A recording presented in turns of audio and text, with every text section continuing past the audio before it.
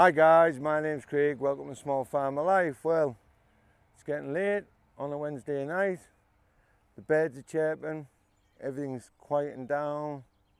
It's nice and peaceful, and this is a good time to own your small farm. Now, today I want to answer a question that I've been getting asked quite a few times since I've started uploading videos to the Small Farmer Life, and that is, should you ask permission first before you actually move onto your land that you've purchased? And before we get into the video, if you like small farming, interested in starting a small farm, you may be looking for some agricultural land, maybe you want to start a small farm from scratch like me, start a small farming business up like I have. Maybe you just want to buy some land, start a small holding, eventually live on that small holding. Or maybe you want to buy some woodland, start a forestry business and live in that woodland. Maybe you want to go down a 4-year and 1-day route.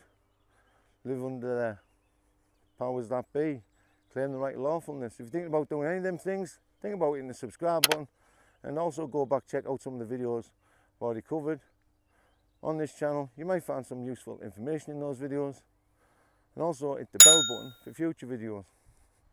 But should you move on your land first without putting in for planning permission? Now, there's people doing this all over the country, and I guarantee they're all around your town where you live or city. And there's people living on land who put in for planning permission after the move on the land. They put the planning permission in. It's called retrospective planning permission, because it's not illegal to move on any land in the UK and put in for planning permission after the fact. So if it was me, always move on the land first and put in for planning permission, because if you put in for planning permission second, well, I guarantee they'll say no to you. Now, you've got to look at your land as your battlefield. So think about, you're going to have a fight with the council, no matter if you're trying to live on the land and you're living in a property somewhere else, or you're living on the land itself. Either way, you're going to fight with the council to get the right to live on that piece of land. So if it was me, like I said, I'd rather fight them from the battlefield itself. Now, before you actually move on the piece of land, you should always make sure you strengthen your defences, making sure your fences are in a good state of repair. Make sure you put your utilities in and your water and electric and that sort of thing, and anything else you'll need to get your farm up and running. Then when you move on the land, the only thing you've got to do is farm the land and deal with the council. If you don't have everything sorted out and you move on the land, then you've got to do all of that stuff while you're on the land. Now, when you put your planning application in, it's going to be retrospective, so the council won't look at you in a bad way. But if you ask the council first, or put a planning application in first and they refuse it, then you move on the land, well, they'll look at you in a bad light because they've already told you no. But if you just move on the land, they're used to people doing that. So they're always dealing with retrospective planning applications, because people do all sorts of things and ask for planning permission later. Even huge supermarkets start building supermarkets without planning permission. Some of the big names. So you need to do that also. And like I said, treat it as your battlefield, because if you're fighting them from your home, it could be 5 miles away from your land, and you're going backwards and forwards to the land all the time to try and get it to a working business where you're making a profit. Well, you might get disheartened and you'll lose the battle.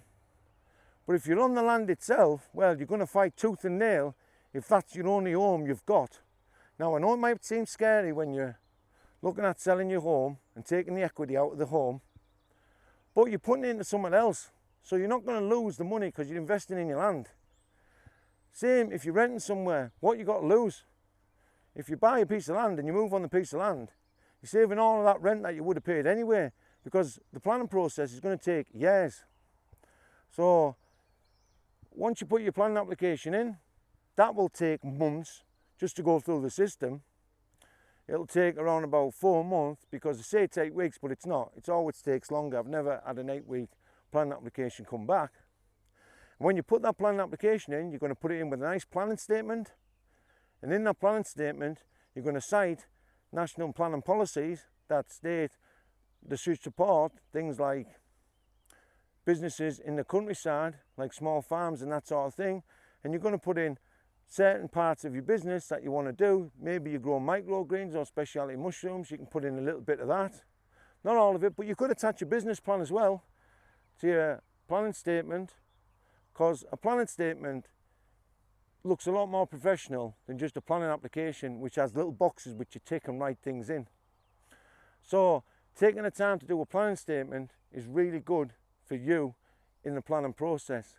And then you've got a 50-50 shot if the council will say, right, you've got 3 or 5 years to live on that land to prove to us that you can make a go of this business. Now, I know a guy who's living on agricultural land, grooming dogs, which is as far from agriculture as you can get, but he got the right because he moved on the land first.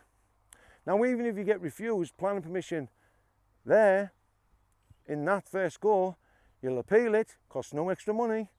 It'll go to a planning inspector who'll come down and look at all the benefits of you living on your land. So we'll take into consideration all the benefits of you living on site, like it's saving a lot of money, then paying rent and well, not electricity, but rent, mortgages or whatever you might have been paying. You need to be up at 5 in the morning and taking on like water systems or tend to animals and that sort of thing. And if you had to do this and you were living away and you had kids, well, you'd be going backwards and forwards from that house, wouldn't you? Early hours in the morning, have to get back to take the kids to school and that sort of thing. They'll take everything into consideration. The planning inspector, which the councils won't. So always treat your land as your battlefield and fight your council from there. Never fight them from your home, because you'll get disheartened eventually. Some people don't, but some people will, and they'll always say no, because if you do make a go of your business, your farming business, and you're living in a property, well, they'll say, why do you need to be on the land anyway? If you've made a go of it and you're not living on the land. So it makes all the sense in the world to move on the land first, make a go of it, make it work, and if you make that work, then they have no reason to say, no, you can't stay there, and you can't build a property that suits the needs of you or your family. So guys, always move on to your piece of land first, put in a retrospective planning application, treat your land as your battlefield, put in planning statement with your planning application, do lots of research on what you're going to be doing on the land so your planning statement and your planning application look professional, and then they'll take you seriously. And they won't think you're just a chancer trying to make a few quid from building an house on a cheap piece of agricultural land.